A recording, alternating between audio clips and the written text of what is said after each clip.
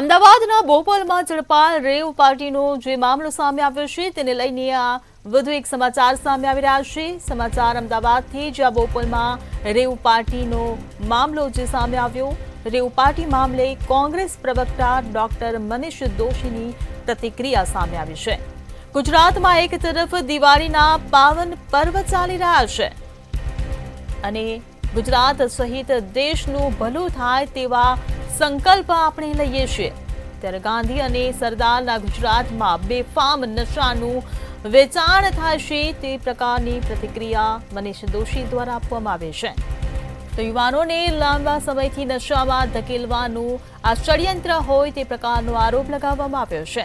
તો farm house અને રિસોર્ટમાં પાર્ટીઓમાં પોલીસને લઈને જે આરોપ લગાવવામાં આવ્યા છે। અગાઉ અમદાવાદ ગ્રામ્યમાં રેડ ડાયરી પકડાઈ હતી। મનીષ દોશી દ્વારા આ નિવેદન આપવામાં આવ્યું।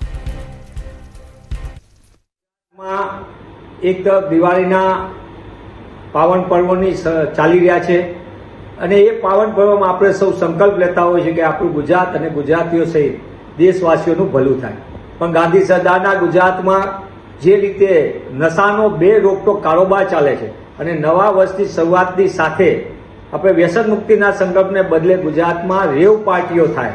મને એમ લાગે છે કે ગુજરાતના અને ગુજરાતના ભવિષ્યમાં યુવાનોને નશાની આગમાં ધકેલાનું લાંબા સમયથી સુનિયોજિત રીતે ચાલતા ખેલનો આ એક ભાગ છે।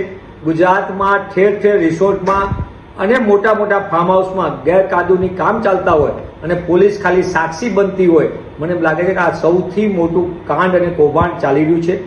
ગુજરાતમાં અગાઉ પણ અમદાવાદ જિલ્લાની અંદર એક લાલ ડાયરી પકડાણી હતી, જેમાં ડાર્ક વેબથી અનેક મહાનુભાવ, અનેક અધિકારીઓના, ઉચ્ચ અધિકારીઓના, માલેતુજાના બેટા બેટીઓના નામો હતા।